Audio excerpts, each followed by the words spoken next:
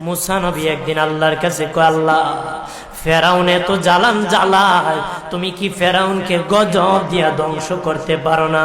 আমার আল্লাহ কয়, মুসা আমি ফেরাউনকে 4টা কারণে গজব দেই না। কয় কারণে? ফেরাউনকে 4টা কারণে গজব দেই না। 1 নম্বর কারণ হলো, রে মুসা, সারাদিন ফেরাউন বলে আমি খোদা, আর রাত যখন হয়ে যায় জঙ্গলে যায় করলাম আমি জানি তুমি খোদা, আমি খোদা না, কিন্তু আমারে মানুষ খোদা কইলে ভালো লাগে, খোদা কইলে ভালো লাগে।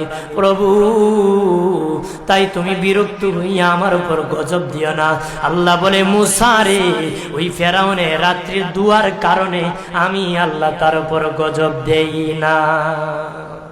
2 নম্বর কারণ হলো, আরে মুসা তোমার মুখে দাড়ি, ফেরাউনের মুখে দাড়ি, তোমার পরনে জুব্বা, ফেরাউনের পরনে জুব্বা, তোমার মাথায় পাগড়ি, ফেরাউনের মাথায় পাগড়ি।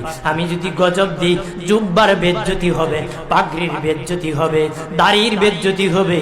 মুসা রে, ওই জুব্বার পাগড়ির ইজ্জত রক্ষার কারণে আমি আল্লাহ ফেরাউনকে গজব দেই না। 3 নম্বর কারণ হলো, আল্লাহ বলেন, মুসা রে মুসা, 3 নম্বর কারণ হলো, ফেরাউনের বাড়িতে একটা এতিমখানা আছে। প্রতিদিন দুপুর বেলায় এতিমরা ফেরাউনের বাড়িতে মেহমানদারি করে।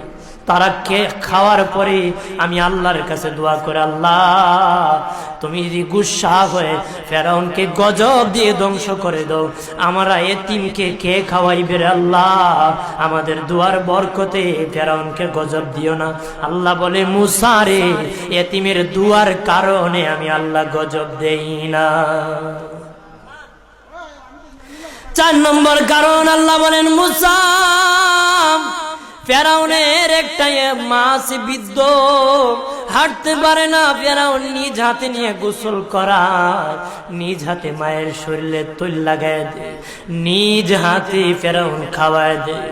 যখন খাওয়ানোর পরে মা বিছানার মধ্যে ঘুমায় যায়, ওই ফেরাউনের মা আমার কাছে 2টা হাত বাড়ায়, আল্লাহ আমার ফেরাউনকে যদি গজব দিয়ে ধ্বংস করে দাও, আমি মায়ের সেবা কে করবে?